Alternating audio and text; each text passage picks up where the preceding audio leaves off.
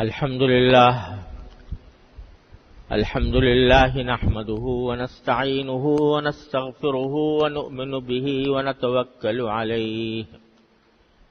ونعوذ بالله من شرور أنفسنا ومن سيئات أعمالنا من يهده الله فلا مضل له ومن يضلله فلا هادي له وأشهد أن لا إله إلا الله وحده لا شريك له وأشهد أن سيدنا وسندنا ونبينا ومولانا محمدا عبده ورسوله صلى الله تعالى عليه وعلى آله وأصحابه وبارك وسلم تسليما كثيرا.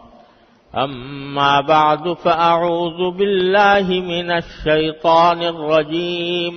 بسم الله الرحمن الرحيم. شهر رمضان الذي أنزل فيه القرآن هدى للناس وبينات من الهدى والفرقان.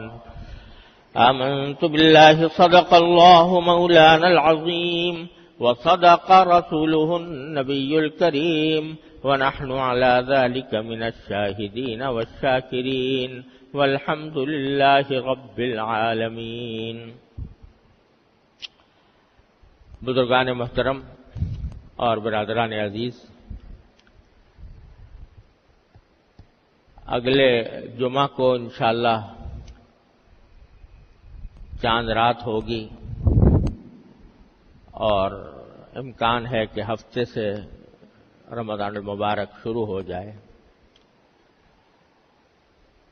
اس مقدس مہینے کی حرمت اور اس کی عظمت سے کون مسلمان ہے جو ناواقف ہو؟ اللہ تبارک و تعالی نے اس مہینے کو پوری امت مسلمہ کے لیے سال بھر کے گناہوں کے کفارے کا اور درجات کی بلندی کا ذریعہ بنایا ہے. نبی کریم سرور دو عالم صلی اللہ علیہ وسلم رجب کا چاند دیکھ کر یہ دعا فرمایا کرتے تھے کہ یا اللہ ہمیں رمضان کے مہینے تک پہنچا دیجئے، یعنی ہماری عمر اتنی کر دیجئے کہ ہم اپنی زندگی میں رمضان پالیں. تو وہ مہینہ آنے والا ہے اور اللہ تبارک و تعالی کی رحمتوں کی گھٹائیں برسنے والی ہیں. اس کی پہلے سے کچھ تیاری کرنے کی ضرورت ہے. رمضان المبارک کا مہینہ ہر سال آتا ہے اور گزر جاتا ہے، لیکن ہمیں کوشش یہ کرنی چاہیے کہ اس رمضان کے ایک ایک لمحے سے، اس کی ایک ایک ساعت سے صحیح فائدہ اٹھائیں. کیونکہ آدمی غفلت کی حالت میں مہینہ شروع کر دیتا ہے اور باتیں آج سے کل پر اور کل سے پرسوں پر ٹلتی چلی جاتی ہیں. اس لیے اس بات کی ضرورت ہے کہ شروع ہی سے، رمضان شروع ہونے سے پہلے آدمی اس کی تیاری کرے. یہ مہینہ یوں تو روزوں کا مہینہ ہے. رات کے وقت میں تراویح اس میں سنت مؤکدہ قرار دی گئی ہے، لیکن ایسا لگتا ہے کہ یہ پورا کا پورا مہینہ در حقیقت مسلمانوں کو ایک نئی زندگی دینے والا مہینہ ہے. 11 مہینے تک ہم لوگ اپنی دنیاوی مصروفیات میں لگے رہتے ہیں اور ان مصروفیات کی وجہ سے بسا اوقات ہم پر غفلت طاری ہوتی رہتی ہے اور اللہ جل جلالہ کے ساتھ جو مضبوط تعلق ہونا چاہیے تھا وہ کمزور پڑ جاتا ہے. اس واسطے اللہ تبارک و تعالی نے یہ مہینہ اس غرض کے لیے بنایا ہے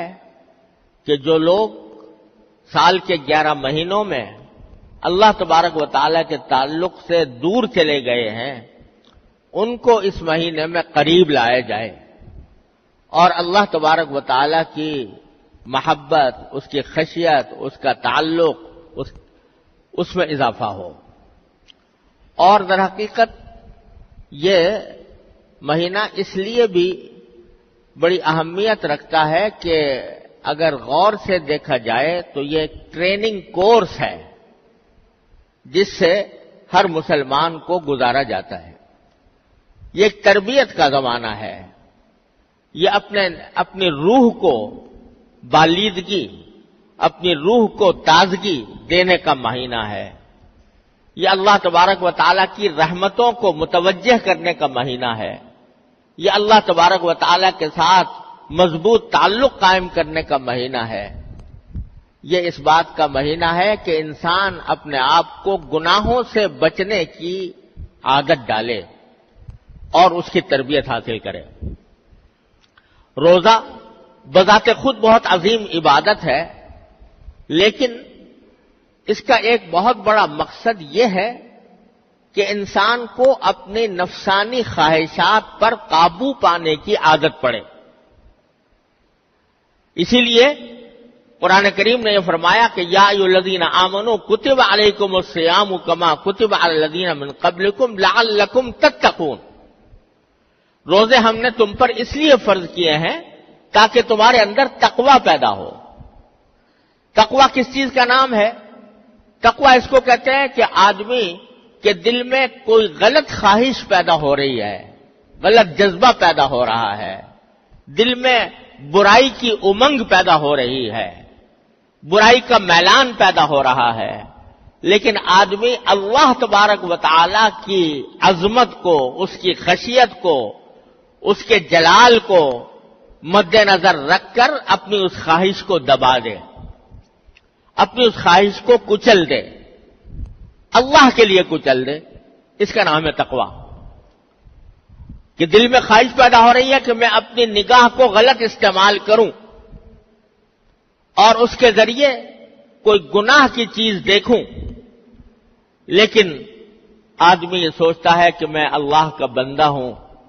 اللہ تبارک و تعالی مجھے دیکھ رہا ہے، میری ایک ایک نقل و حرکت اس کی نگاہ میں ہے، اور کل کو مجھے اپنی ایک ایک نقل و حرکت کا جواب بھی دینا ہے۔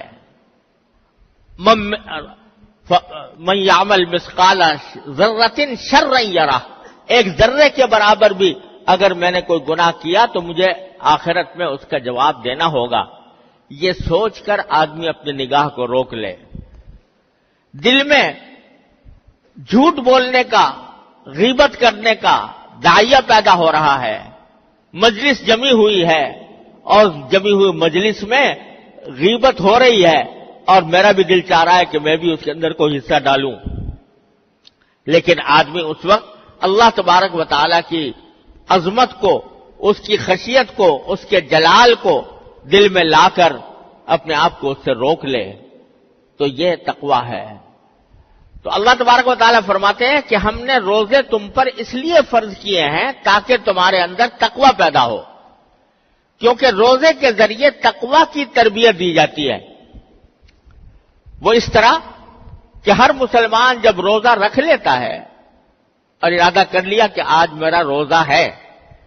جس کے معنی یہ کہ مغرب کے وقت تک میں نہ کچھ کھاؤں گا، نہ پیوں گا، نہ اپنی جائز خواہشات جو بیوی کے ساتھ پوری کرنا حلال ہوتا ہے وہ بھی میں نہیں کروں گا، یہ ارادہ انسان نے کر لیا۔ جب روزہ رکھ لیا